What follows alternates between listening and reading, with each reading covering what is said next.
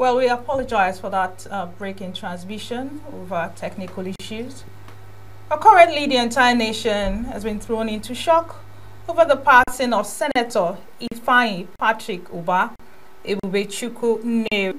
Now, many people are short of words and they are wondering what exactly went on. There's this talk over his death, and they can actually fathom the cause of this death because it has become one too many. On the telephone to talk to us now is Mr. Ben Etiaba. Mr. Ben is former governorship candidate of Anambra State. Good morning, Mr. Ben. Thank you for joining us this morning. Thank you very much. Mr. Ben, where exactly were you when you received the news of the demise of Senator Ifeanyi Ubah, and what was the reaction for you? Okay, I was at home yesterday morning when the call came, and I knew he had gone to London 2 days earlier, and I was in shock. It was such a shock and utter disbelief that somebody I had spent some time with in Atlanta just about 3 weeks ago was gone, not to be seen anymore. And when we met in Atlanta, he was hale and hearty.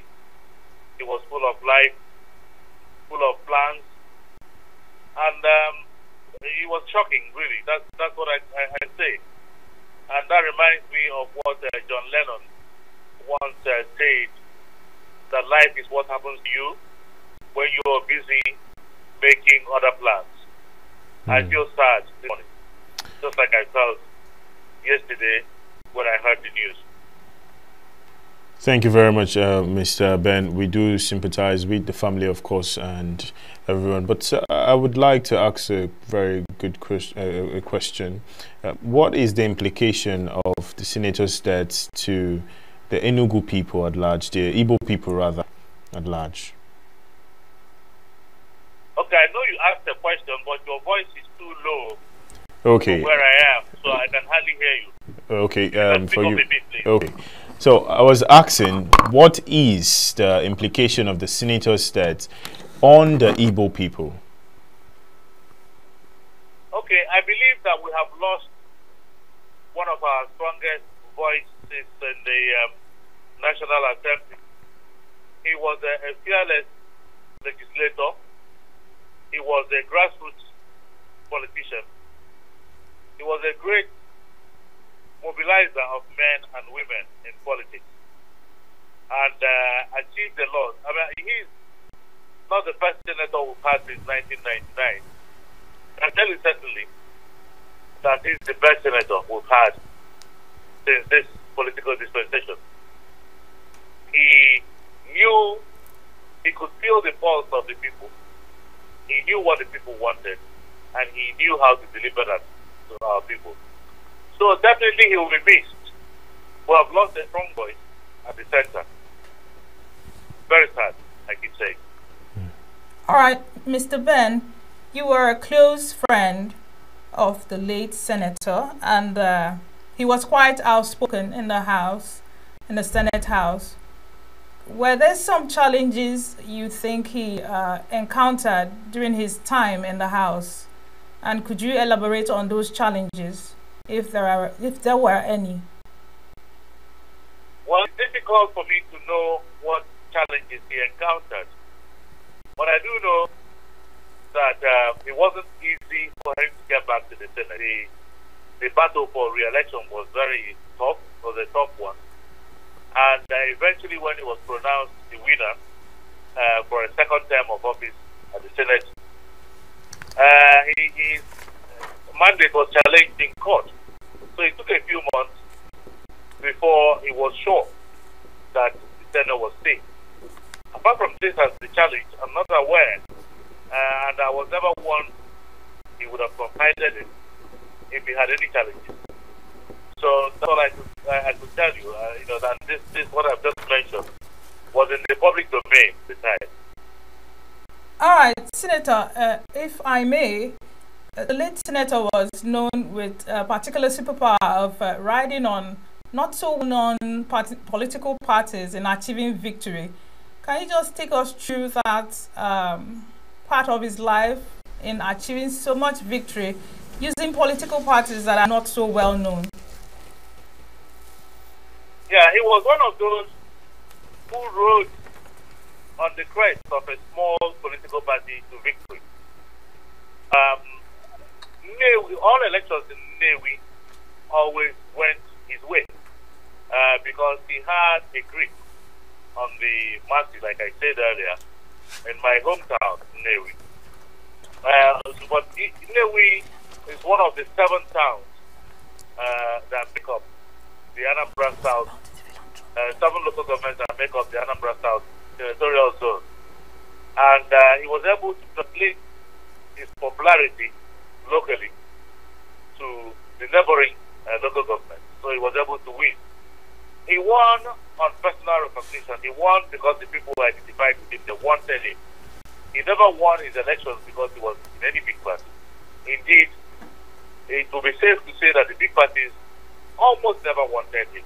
So he felt that he could form his own political structure and use that structure to win elections against the big parties.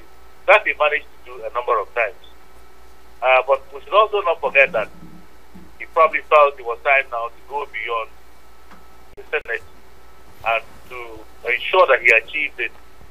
He had to do something that he never did in his previous challenges for the governorship seat in Oka. So he felt he needed to do that in one of the bigger parties, and as a result, moved over to the All Progressives Congress. And from that party, APC, he was hoping to mount the challenge for the governorship seat in Anambra. Thank you very much, Mr. Ben. Finally, I would like to ask, just a few minutes, can you help us, tell us about the philanthropic acts that he has done, his achievements that he has attained, or the achievement he had attained? Yeah, he was actually known for philanthropy. That was what propelled him to electoral victories. And he did a lot for the downtrodden. He was known for that. And he also knew the potency of sport in helping the people. He used football to make himself popular in the state. He took care of people abroad during the Olympic Games in Rome to watch football in England. He opened a great world view for our people who never thought that they'll get to know what the world looks like. Especially those who are from poor backgrounds. He helped to lift beyond their wildest dreams. So as we mourn him today, there are people in that constituency who are mourning him more. We've lost a giant in so many spheres of life, both in the life of philanthropy and in the political sphere. Yes, thank you so much, Mr. Ben. On a very personal note, the late senator was your very close associate and friend. I would like to ask, were there any underlying health issues that he had, probably what actually got him to travel to London? Were there any issues he had health-wise before his demise? Okay, I'm not a medical doctor. I say this all the time. My wife is a medical doctor, but I'm not one. And so the senator and medical records are private and confidential records. The senator never confided in me any health challenges he was going through. Anything I say will be in the realms of speculation. For instance, I knew that when we ran the governorship election in 2021, he was carrying much weight than ordinarily would have been healthy for him. But after that election, he drastically lost weight and was just beginning to regain the weight back on again. So I can only speculate. I don't know. He never told me what he did or what was happening to him. I'm also aware that he went to London 3 days ago, but I'm not aware that he went for health reasons. So it would be irresponsible of me to come live on air to begin to speculate on his medical condition. I'm not a doctor, like I said, and even if I was a doctor, I had no access to his medical records. Thank you very, very much, Mr. Ben Etiaba. Thank you for your insight on this. We really appreciate your insight. Thank you very much, sir. Thank you, my brother. Thank you for having me. Yes, sir.